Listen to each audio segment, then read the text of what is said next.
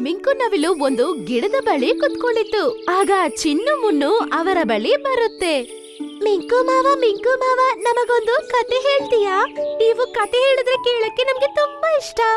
ಸರಿ ಮಕ್ಕಳ, ನಾನು ನಿಮಗೊಂದು ಸೂಪರ್ ಕತೆ ಹೇಳ್ತೀನಿ. ಅದರಿಂದ ನಿಮಗೆ ನಿಮ್ಮ ಭಯ ಕೆಲವು ಸರಿ ನಿಮಗೆ ಒಳ್ಳೇದು ಅಂತ ಗೊತ್ತಾಗುತ್ತೆ. ಕೇಳಿ ಈಗ. ಒಂದು ಗಿಳಿ ಇತ್ತು. ಅದರ ಹೆಸರು ಚಿರ್ಕುಟ್ ಅಂತ. ಅದ್ರ ಹುಟ್ಟಿದಾಗಿನಿಂದ ಅದಕ್ಕೆ ಒಂದೇ ಸಮಸ್ಯೆ. ಸಮಸ್ಯೆ ಏನು ಮಾವ? ಅರೆ ತಡ್ಕೋ, ಹೇಳ್ತಾ ಇದ್ದೀನಲ್ವಾ. ಅರ್ಜೆಂಟಾ, ನಡುವಲ್ಲಿ ನಿಲ್ಲಿಸ್ಬೇಡ. ನಾನಿವಳಿಗೆ ಯಾವಾಗೂ ಹೇಳಿದ್ದೀನಿ ಮಾವ ಕತೆ ಹೇಳುವಾಗ ಮಧ್ಯದಲ್ಲಿ ಡಿಸ್ಟರ್ಬ್ ಮಾಡ್ಬೇಡ ಅಂತ. ಹಾ, ಆ ಗಿಳಿ ಜೀವನದಲ್ಲಿ ಒಂದು ಸಮಸ್ಯೆ ಇತ್ತು. ಅದರ ಹುಟ್ಟಿದಾಗಿನಿಂದ ಅದಕ್ಕೆ ಬಾಯಿ ಬರ್ತಿರ್ಲಿಲ್ಲ, ಅದಕ್ಕೆ ಮಾತಾಡಕ್ಕಾಗ್ತಿರ್ಲಿಲ್ಲ. ಒಂದಿನ ಚಿರ್ಕುಟ್ ಕೊಂಬೆ ಮೇಲೆ ಕೂತಿತ್ತು. ಪಕ್ಷಿಗಳೆಲ್ಲ ಫಲನ ತಿಂತಿದ್ರು ಅಲ್ಲಿ. ಎಷ್ಟು ಚೆನ್ನಾಗಿರೋ ಫಲಗಳನ್ನೆಲ್ಲ ತಿಂತಾ ಇದ್ದಾವೆ ಇವು. ಛೇ, ನಂಗೂ ತಿನ್ನೋಕೆ ಇಂಥದ್ದೇ ಸಿಕ್ಕಿದ್ರೆ.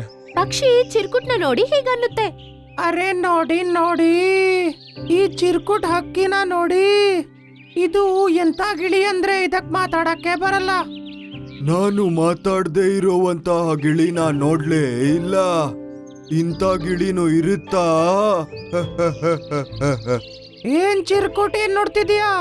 ನಿಂಗೂ ಈ ಫಲಗಳೆಲ್ಲ ಬೇಕಾ? ತಕೋ, ಫಲನ ತಿನ್ನು, ತಕೋ. ಚಿರ್ಕುಟ್ ಹಣ್ಣ ತಗೊಳಕ್ಕೆ ಮುಂದೆ ಹೋಗುತ್ತೆ. ಆಗ ಅದು ಆ ಹಣ್ಣ ಮತ್ತೆ ಕಿತ್ಕೊಂಡ್ಬಿಡುತ್ತೆ. ಹಾ, ಏನ್ ಅರ್ಜೆಂಟಾ ಚಿರ್ಕುಟ್?